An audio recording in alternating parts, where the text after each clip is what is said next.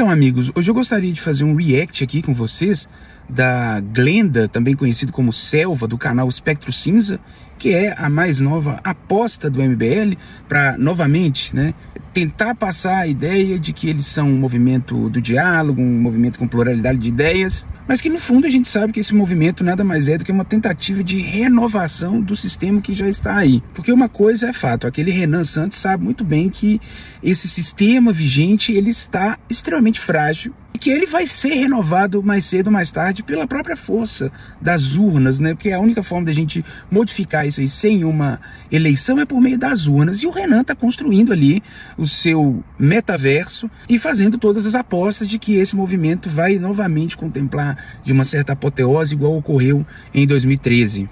Agora, o ouro desse react aí foi os argumentos que a Glenda usou para ela tornar o MBL palatável para ela, uma vez que ela se diz ser feminista, né?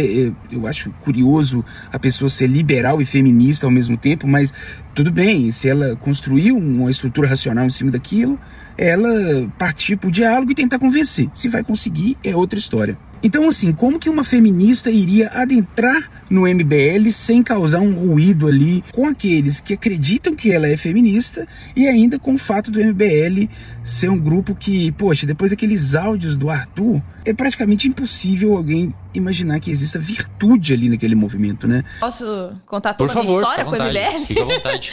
Porque eu os conheço há muitos anos, né? Desde que eles começaram, né? No período lá das manifestações em 2013 e tal. E eu nunca tive um real interesse em investigar, entender muito bem como era o movimento. E aí, à medida do tempo, eu fui desenvolvendo mais uma ojeriza, aquele nojinho moral, assim, e mais divergência e raiva do que qualquer outra coisa. Aí houve o caso do Arthur, né, com os áudios e tal, piorou o negócio, realmente, assim, me gerou mais ojeriza ainda.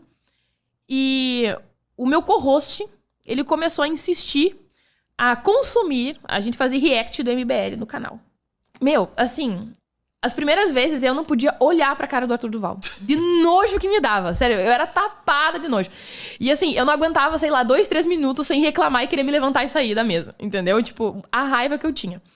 E aí ele insistia, não, vamos assistir, não sei o que e tal.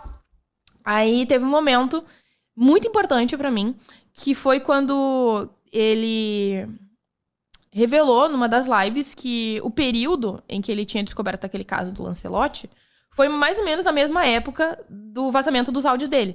E ele poderia ter usado aquilo como uma cortina de fumaça, ele poderia ter tentado desviar de assunto, acusar, e também poderia até mesmo ter negado, né? Foi IA, foi montagem, sei lá, qualquer outra coisa. Não, ele assumiu, foi isso que eu disse mesmo. Ele foi pra um monte de programa de TV, né? Exato, e eu vou assumir o que aconteceu, entendeu? Pra mim, aquilo foi uma postura honrada, entendeu? Isso aí realmente mudou a perspectiva que eu tinha dele. Começou ali. Então vamos lá, deixa eu ver se eu entendi. Quer dizer que ela recebeu os áudios do Arthur com a devida forma como eles devem ser recebidos, né? Você passa a ter ojeriza do sujeito. O sujeito é extremamente nojento, porque, afinal de contas, ele foi no submundo ali da misoginia, que é praticamente dizer que a mulher tem ali uma centelha natural para a promiscuidade e quando ela se vê diante de uma fragilidade financeira ou ruína, né, ela vai se entregar o primeiro que vê. Ele reduziu a essência da mulher a isso aí, que é a tese dos Red Pills aí. Tô cansado de ver Red Pill falando que mulher tem escala de promiscuidade, cara. A Glenda, ela se diz uma mulher das ciências, uma pessoa que entende ali das origens do machismo e da misoginia. Ela sabe muito bem o que o Arthur falou e qual é o símbolo por trás daquelas afirmações. Para depois achar que o cara é de uma grandeza, de uma honra, assumir que foi um escroto. Sei lá, não cola comigo não.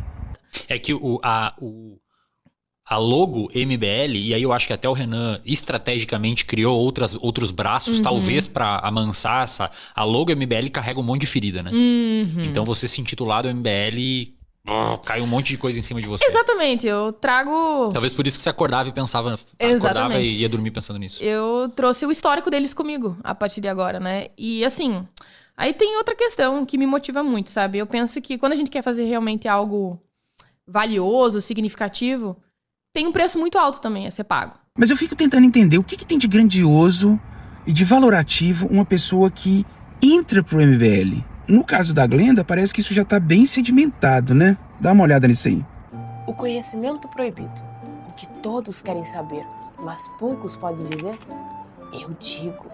Eles dizem, para que sejam tão poderosos quanto nós, ao saberem o que sabemos, assine o Valete Plus. Olha, eu não tenho dúvidas de que o MBL, na qualidade de um case de sucesso, né, de venda de infoproduto, isso aí é inquestionável, obviamente. Meme é uma coisa que pegou mesmo o Brasil. O Brasil é fonte de meme. E é claro que na política ia ter meme também, gente. É óbvio, isso aí é praticamente esperado. Agora, o que é de cair o cu da bunda é a pessoa chegar e pegar o que representa a MBL na política brasileira, ou até mesmo na sociedade brasileira, e se comparar a Darwin, cara. Sabe? Ela chegou e meteu uma lá do Darwin, não porque...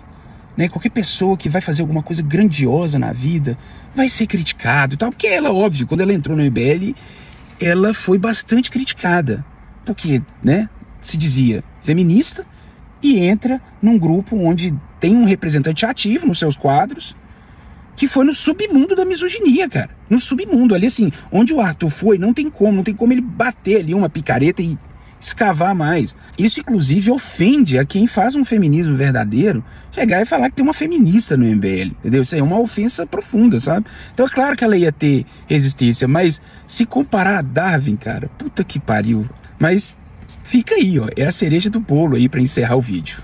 Tem um caso bem interessante que me marcou bastante, que foi o Darwin. Depois de um tempo, quando ele divulgou a origem das espécies, ele escreveu numa carta: eu sinto como se eu tivesse assassinado alguém. Teu ombro caiu aí, arruma teu ombro. Ah, aí. sim, é minha Aí, ó, boa. fantasia.